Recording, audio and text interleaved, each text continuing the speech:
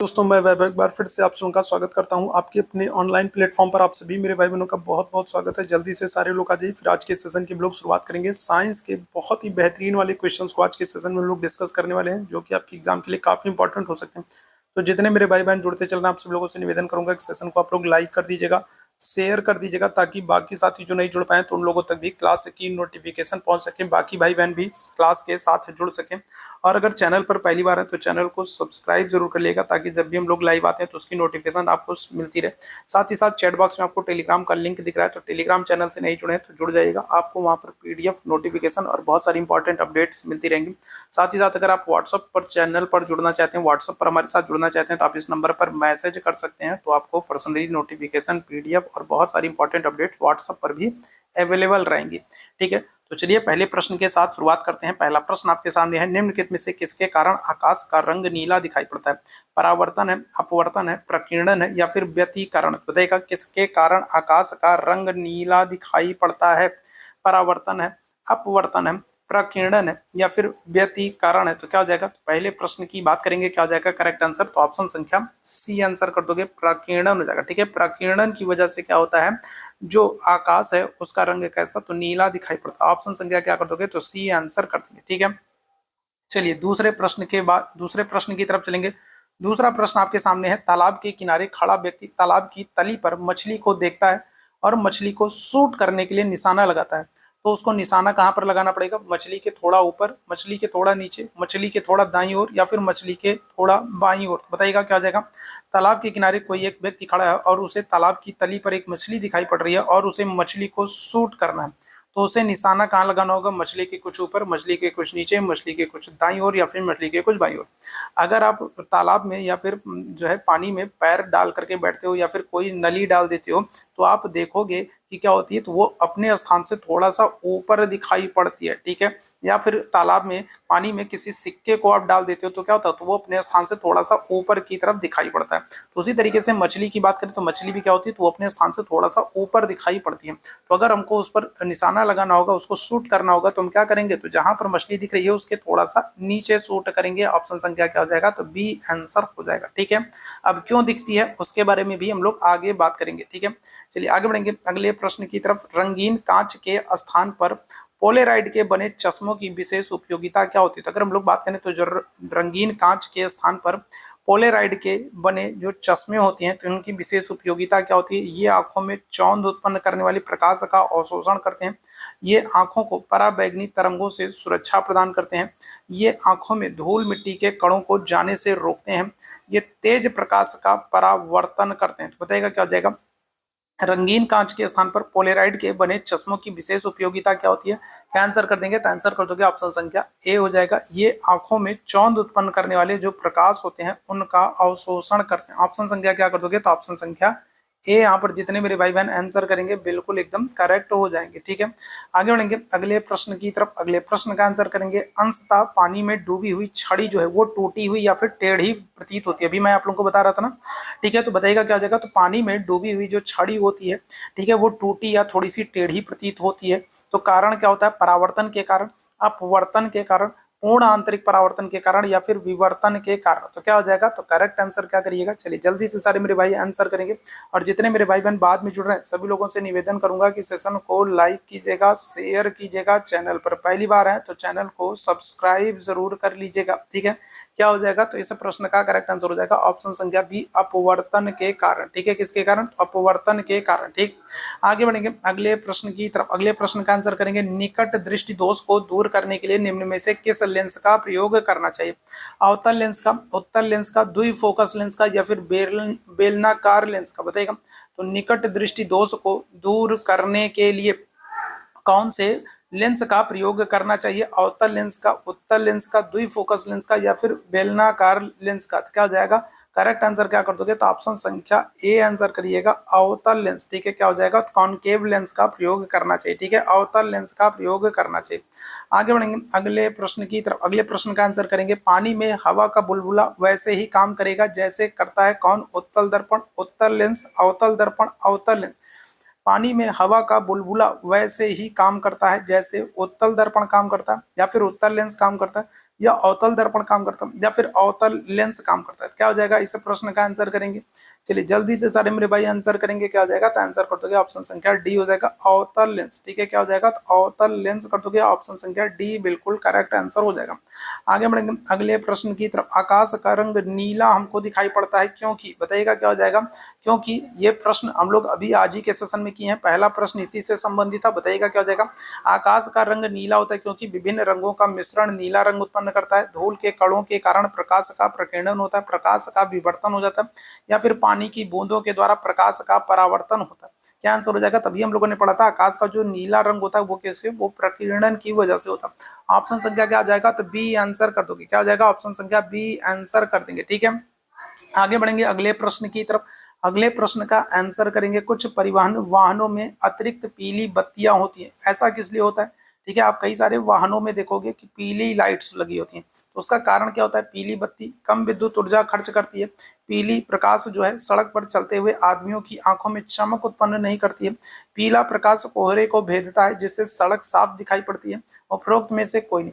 क्या आ जाएगा, इस प्रश्न का आंसर करेंगे कि कुछ परिवहन वाहनों में पीली लाइट्स लगी होती हैं, उसका कारण क्या होता है। आंसर कर दोगे ऑप्शन संख्या सी, पीली प्रकाश जो है वो कोहरे को भेदता है जिससे सड़क पर साफ दिखाई पड़ता है। आप ठंडियों के दिन में देखोगे ज्यादातर लोगों की गाड़ियों में पीली लाइट लगी होती है। उसका कारण क्या होता है कि जो पीली लाइट होती है वो कोहरे को क्या करती है, कोहरे को हटाने का काम करती है।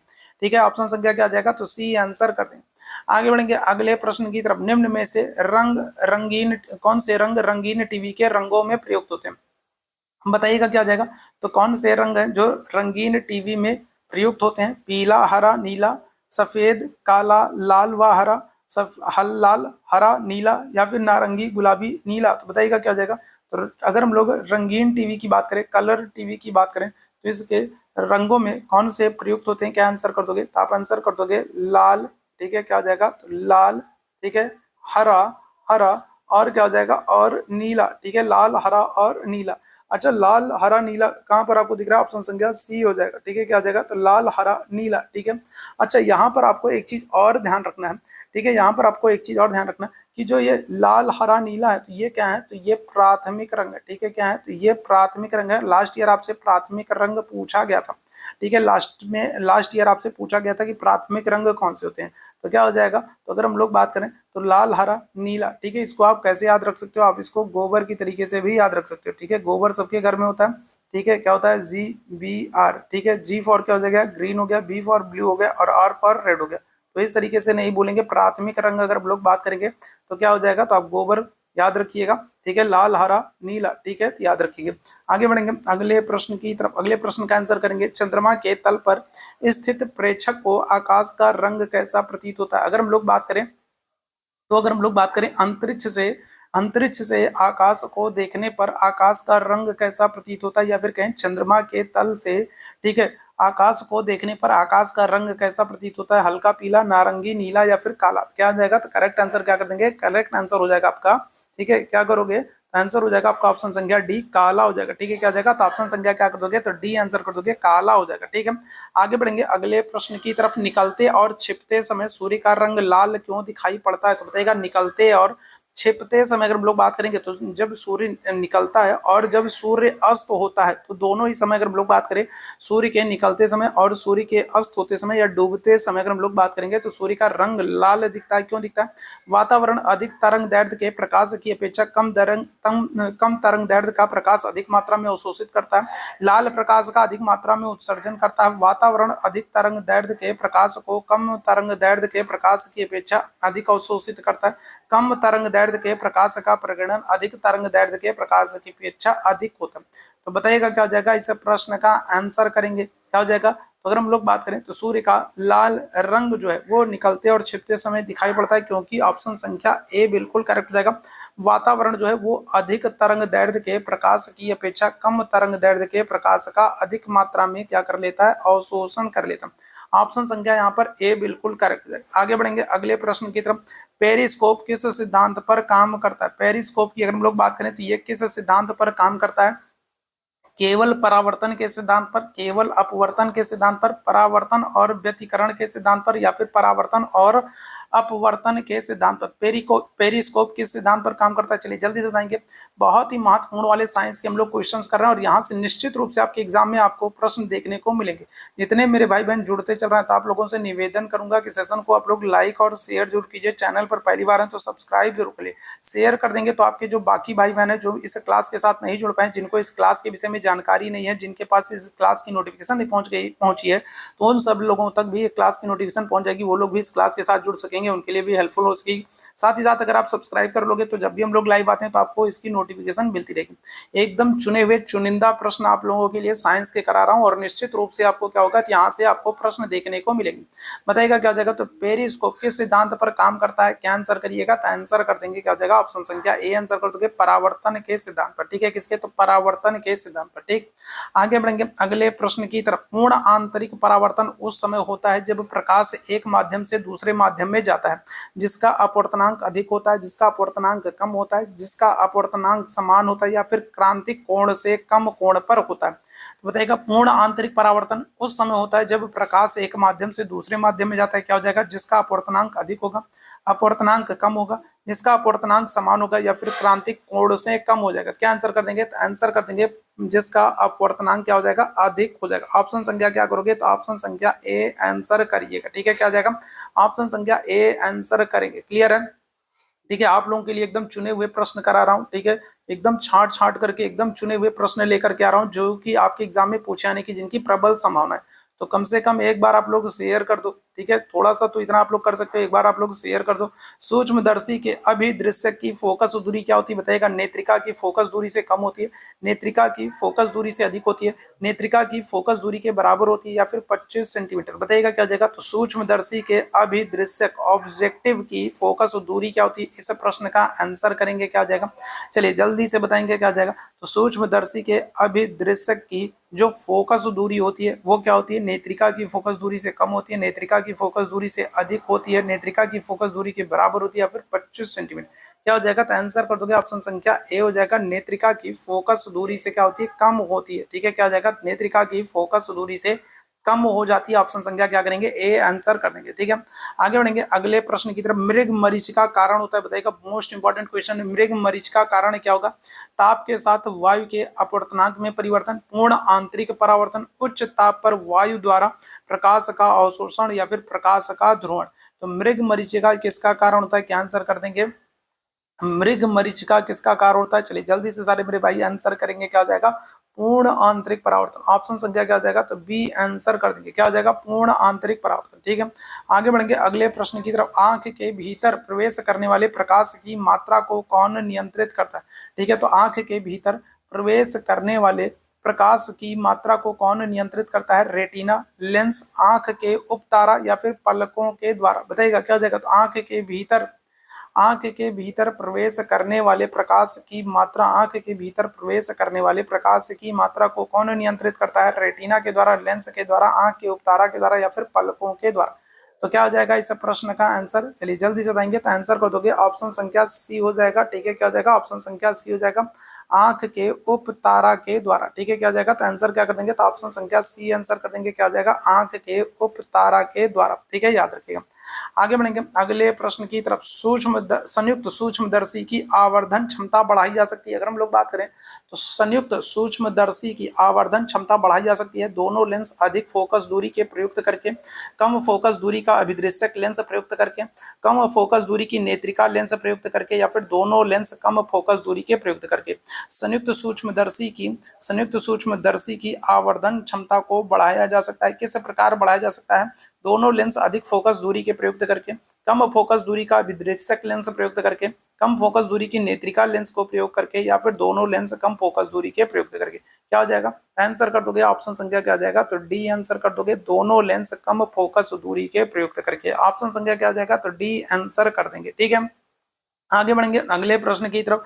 अगले प्रश्न का आंसर करेंगे, किसी प्रिज्म को न्यूनतम विचलन की स्थिति में रखने का कारण क्या होता है, कि सभी रंगों का स्पष्ट फोकस हो, कि वह किसी रंग को शोषित करे, कि उसमें से श्वेत प्रकाश विक्षेपित हो या फिर उसमें से शुद्ध स्पेक्ट्रम प्राप्त हो। तो किसी प्रिज्म को न्यूनतम विचलन की स्थिति में रखने का कारण क्या होता है? कि सभी रंगों का स्पष्ट फोकस हो, कि वह किसी रंग को शोषित करे, कि उसमें से श्वेत प्रकाश विक्षेपित हो, कि उसमें से शुद्ध स्पेक्ट्रम प्राप्त हो। क्या हो जाएगा? तो आंसर कर देंगे ऑप्शन संख्या डी हो जाएगा। उसमें से क्या हो जाएगा? शुद्ध स्पेक्ट्रम प्राप्त हो। ऑप्शन संख्या क्या हो जाएगा? तो डी आंसर कर देंगे। ठीक है, आगे बढ़ेंगे अगले प्रश्न की तरफ। अगले प्रश्न का आंसर करेंगे, मानव नेत्र लेंस की फोकस दूरी को समायोजित करके विभिन्न दूरियों पर स्थित वस्तुओं को फोकस कर सकता है। यदि वह होता है, क्या होगा? मानव नेत्र लेंस की फोकस दूरी को समायोजित करके विभिन्न दूरियों पर स्थित वस्तुओं को फोकस कर सकता है। यदि वह होता है निकट दृष्टि दोष के कारण, दूर दृष्टि दोष के कारण, दृष्टि निर्बंधता के कारण या फिर समंजन के कारण। तो बताइएगा क्या हो जाएगा? इस प्रश्न का आंसर करेंगे, क्या हो जाएगा? क्या आंसर करोगे? तो आंसर हो जाएगा आपका ऑप्शन संख्या डी हो जाएगा, समंजन के कारण। ठीक है, किसके कारण? तो समंजन के कारण। ऑप्शन संख्या डी बिल्कुल करेक्ट हो जाएगा। ठीक है, आगे बढ़ेंगे अगले प्रश्न की तरफ। वर्ण विक्षेपण की घटना का कारण क्या होता है? बताइएगा क्या हो जाएगा? अगर सेशन पसंद आ रहा हो तो आप लोगों से निवेदन करूंगा कि ईमानदारी पूर्वक सेशन को बिना कहे आप लोग लाइक और शेयर जरूर कर दीजिए। ठीक है, ताकि बाकी साथियों तक भी ये सेशन पहुंच सके। आप लोग सेशन को लाइक और शेयर करेंगे तभी मैं आप लोगों के लिए इस तरीके के बेहतरीन वाले सेशन ला पाऊंगा। ठीक है, तो आप लोगों के लिए एकदम चुनिंदा वाले चुने हुए प्रश्न लेकर के आ रहा हूं, तो कम से कम आप लोग भी इतना कीजिए कि सेशन को एक बार अपने अपने स्तर पर शेयर कर दीजिए। वर्ण विक्षेपण की घटना का कारण क्या होता है? श्वेत प्रकाश किरण का प्रिज्म द्वारा पृथक होना, प्रकाश का परावर्तन, प्रिज्म पदार्थ का अपवर्तनांक भिन्न भिन्न तरंग दैर्ध्य के लिए भिन्न भिन्न होना, या फिर इनमें से कोई। क्या हो जाएगा? तो वर्ण विक्षेपण की अगर हम लोग बात करें, चलिए जल्दी से बताइएगा क्या हो जाएगा? तो अगर हम लोग बात करेंगे तो वर्ण विक्षेपण की घटना का कारण क्या होता है? चलो जल्दी से सारे लोग आंसर करना भाई, क्या हो जाएगा? चलिए जल्दी से बताएंगे क्या हो जाएगा? चलिए जल्दी से सारे लोग आंसर करेंगे, क्या हो जाएगा? इस प्रश्न का आंसर करेंगे। ठीक है, चलिए जल्दी से। तो वर्ण विक्षेपण की घटना का कारण क्या होता है? क्या आंसर कर दोगे? तो आंसर कर देंगे ऑप्शन संख्या सी हो जाएगा। ठीक है, क्या हो जाएगा? ऑप्शन संख्या सी आंसर कर दोगे। प्रिज्म पदार्थ का अपवर्तनांक भिन्न भिन्न तरंग दैर्ध्य के लिए भिन्न भिन्न होना। ऑप्शन संख्या क्या हो जाएगा? तो सी आंसर कर देंगे। ठीक है, चलिए आगे बढ़ेंगे अगले प्रश्न की तरफ। अगले प्रश्न का आंसर करेंगे, किसी सफेद पर्दे पर लाल तथा हरे रंग के प्रकाश पुंज एक ही जगह पर पड़ते हैं तो पर्दे पर कौन से रंग दिखाई पड़ेगा? पीला, श्वेत, नीला या फिर बैगनी। बताइएगा क्या हो जाएगा? तो अगर हम लोग किसी सफेद पर्दे पर लाल रंग, मान लीजिए ये कोई पर्दा है, ठीक है, ये कोई पर्दा है, और इस पर हम लोग बात कर लें लाल रंग और सफेद रंग, लाल रंग और हरे रंग, ठीक है, लाल और हरे रंग दोनों को एक साथ जो है यहाँ पर छोड़ते हैं, तो यहाँ पर हमको क्या हो जाएगा? तो आपको पता है लाल और हरा मिलकर के क्या हो जाता है? तो ये हो जाता है आपका पीला। ऑप्शन संख्या क्या हो जाएगा? तो पीला आंसर कर दोगे। ठीक है, क्या हो जाएगा? तो पीला रंग दिखाई पड़ेगा। आगे बढ़ेंगे अगले प्रश्न की तरफ। एक उत्तल लेंस के सामने एक वस्तु कहाँ रखी जाए ताकि उसका वास्तविक उल्टा तथा समान आकार का प्रतिबिंब बने? लेंस और इसके प्रथम फोकस के बीच, लेंस के प्रथम फोकस पर, लेंस के द्वितीय फोकस पर, या फिर अनंत पर। बताएंगे क्या हो जाएगा? इस प्रश्न का आंसर करेंगे, क्या हो जाएगा? तो एक उत्तल लेंस के सामने एक वस्तु को कहां पर रखा जाए ताकि इसका वास्तविक उल्टा और समान आकार का प्रतिबिंब बने? लेंस और इसके प्रथम फोकस के बीच, लेंस के प्रथम फोकस पर, लेंस के द्वितीय फोकस पर, या फिर अनंत पर। आंसर हो जाएगा आपका ऑप्शन संख्या सी, लेंस के द्वितीय फोकस पर। ठीक है, क्या आ जाएगा? ऑप्शन संख्या सी आंसर करिए। ठीक है, आगे बढ़ेंगे अगले प्रश्न की तरफ। कांच पारदर्शी होता है परंतु कांच का चूरा जो है वो अपारदर्शी होता है। कारण क्या है? चूरे पर पड़ने वाले प्रकाश का प्रकीर्णन हो जाता है, प्रकाश परावर्तित होकर लौट जाता है, चूरे में कांच के गुण समाप्त हो जाते हैं, या फिर इनमें से कोई नहीं हो जाएगा। बताएगा तो कांच जो है वो पारदर्शी होता है लेकिन कांच का चूरा जो होता है वो अपारदर्शी होता है। कारण क्या है? जल्दी से बताएंगे क्या हो जाएगा? इस प्रश्न का आंसर करेंगे। चलिए जल्दी से बताइएगा क्या हो जाएगा? क्योंकि चूरे पर पड़ने वाले जो प्रकाश है उसका क्या हो जाता है? उसका प्रकीर्णन हो जाता है। ऑप्शन संख्या क्या हो जाएगा? ऑप्शन संख्या ए आंसर कर दोगे। ठीक है, चलिए आगे बढ़ेंगे अगले प्रश्न की तरफ। अगले प्रश्न का आंसर करेंगे, प्रकाश की गति। बताइएगा तो प्रकाश की गति के संदर्भ में आपसे पूछ रहा है, माध्यम की प्रत्यास्थता पर निर्भर होता है, माध्यम की जड़ता के गुण पर निर्भर होता है, माध्यम की प्रत्यास्थता तथा जड़ता के गुण पर निर्भर करता है, माध्यम की प्रत्यास्थता तथा जड़ता के गुणों पर निर्भर नहीं करता है। तो प्रकाश की गति के संदर्भ में आपसे पूछा जा रहा है, बताइएगा क्या हो जाएगा? प्रकाश की गति के संदर्भ में आपसे पूछा जा रहा है, क्या हो जाएगा? क्या आंसर करेंगे? तो ऑप्शन संख्या आपका हो जाएगा बी। ठीक है, माध्यम की जड़ता के गुण पर निर्भर करता है। ऑप्शन संख्या क्या हो जाएगा? तो ऑप्शन संख्या बी आंसर कर देंगे, एकदम करेक्ट हो जाएगा। ठीक है, आगे बढ़ेंगे अगले प्रश्न की तरफ। अगले प्रश्न का आंसर करेंगे, प्रकाश के अपवर्तन के फलस्वरूप नहीं बदलता है। तो क्या नहीं बदलता? तरंग दैर्ध्य नहीं बदलती है, आवृत्ति नहीं बदलती है, वेग नहीं बदलती, या आयाम नहीं बदलता। प्रकाश के अपवर्तन के फलस्वरूप नहीं बदलता। क्या नहीं बदलता यही आपको बताना है। तरंग दैर्ध्य, आवृत्ति, वेग या फिर आयाम। क्या हो गया बताइएगा, क्या आ जाएगा? क्या नहीं बदलता है? क्या आंसर करेंगे? प्रकाश के अपवर्तन के फलस्वरूप नहीं बदलता। तरंग दैर्ध्य, आवृत्ति, वेग या आयाम। आंसर कर देंगे ऑप्शन संख्या बी हो जाएगा, आवृत्ति नहीं बदलती। ठीक है, क्या हो जाएगा? ऑप्शन संख्या बी आंसर कर दोगे, आवृत्ति नहीं बदलती। आगे बढ़ेंगे और आज के सेशन के आखिरी प्रश्न की बात करेंगे। कौन सा गुण दर्शाता है कि प्रकाश अनुदैर्ध्य तरंग है? बताइएगा क्या हो जाएगा? तो कौन सा गुण दर्शाता है कि प्रकाश जो है वो अनुदैर्ध्य तरंग है? परावर्तन, व्यतिकरण, विवर्तन या फिर ध्रुवण। बताइएगा क्या हो जाएगा? कौन सा गुण दर्शाता है कि प्रकाश जो है वो अनुदैर्ध्य तरंग है? क्या आंसर करेंगे? तो आंसर हो जाएगा आपका ऑप्शन संख्या डी कर दोगे, ध्रुवण कर दोगे। ठीक है, क्या हो जाएगा? तो ऑप्शन संख्या क्या कर दोगे? तो डी आंसर कर दोगे, ध्रुवण कर दोगे। ठीक है, तो ये आज के सेशन में हम लोगों ने कुछ बहुत ही important, very very important science के क्वेश्चंस को डिस्कस किया और उम्मीद है यहाँ से मैक्सिमम क्वेश्चंस आपको आपके एग्जाम में देखने को मिलने वाले हैं। और जितने प्रश्न कराना हो इनको एकदम रट डालो, घोल करके पानी में एकदम पी जाओ, एकदम आपके जवान पर जो है ये सारे जो प्रश्न है ये क्या होने चाहिए? रटे होने चाहिए, क्योंकि आपके एग्जाम के लिए क्या है? मोस्ट मोस्ट मोस्ट इंपॉर्टेंट है। सेशन पसंद आया हो तो सेशन को लाइक कीजिएगा, शेयर कीजिएगा, चैनल पर पहली बार है तो सब्सक्राइब जरूर कर लीजिएगा। टेलीग्राम चैनल का लिंक आपको चैट बॉक्स में दिख रहा है, टेलीग्राम चैनल से जुड़ जाइए। साथ ही साथ व्हाट्सएप से जुड़ना है तो इस नंबर पर आप मैसेज कर देंगे तो व्हाट्सएप पर आपको पर्सनली नोटिफिकेशन, पीडीएफ और बहुत सारी इंपॉर्टेंट जानकारी मिलती रहेगी। अभी के लिए हम लोग बस इतना ही करेंगे। थैंक यू सो मच आप सभी लोगों को मेरे साथ जुड़ने के लिए। Thank you so much.